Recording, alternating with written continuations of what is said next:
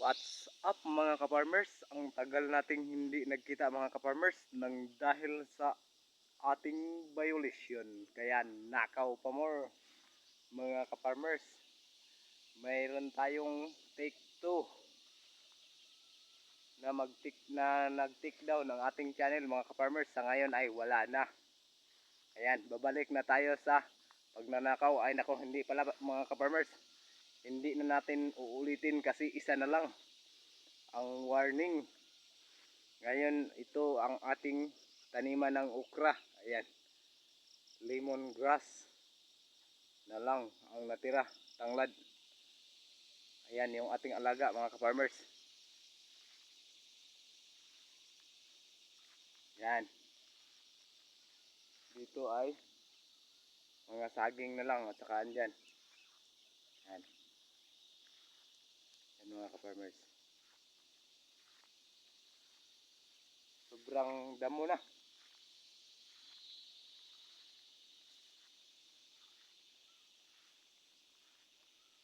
Ayan ang ating alaga. Malaki na. Nang dahil sa copyright natin. Hindi, copyright. Take down. Ayan, kumain ng isang bulig ng saging. Saba. Ayan, pinakain ko lang mga ka-farmers. Ayan.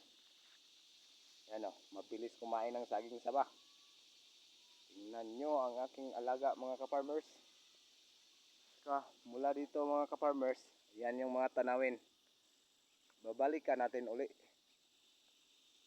Sa susunod na mga video mga ka-farmers ay hindi na tayo mag-upload ng mga ninakaw na video. Okay? Kasi nakaw pa more.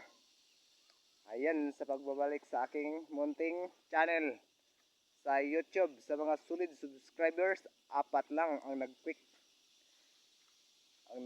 sa atin. Kaya solid subscribers, God bless sa inyong lahat mga solid subscribers dyan sa malalayong bansa. Ayan si Kananay at saka ang ating alaga. Yan, pinakain namin ng saging. Yan.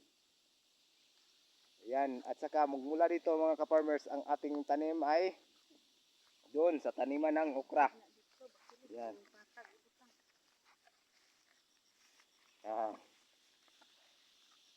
Doon tayo, mayroon tayong malaking taniman ng okra doon at saka sitaw, pipino, ganun pa rin.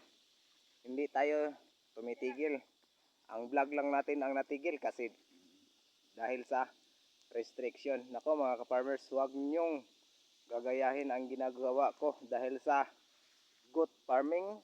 Doon ako kumuha ng video. Pinatawan ako ng takedown. Pangalawang takedown. Sa isang account ni Kananay ay nag-aapila kami doon at saka agaran namang may solusyon. Dito hindi ko naka-aapila dito mga ka-farmers kasi 15 days lang. Mga 1 month na ako nagsimulang kumilos. Kaya ayan, welcome sa aking pagbablog. God bless. Sa sunod naman ng mga video. Thank you and more blessings to come.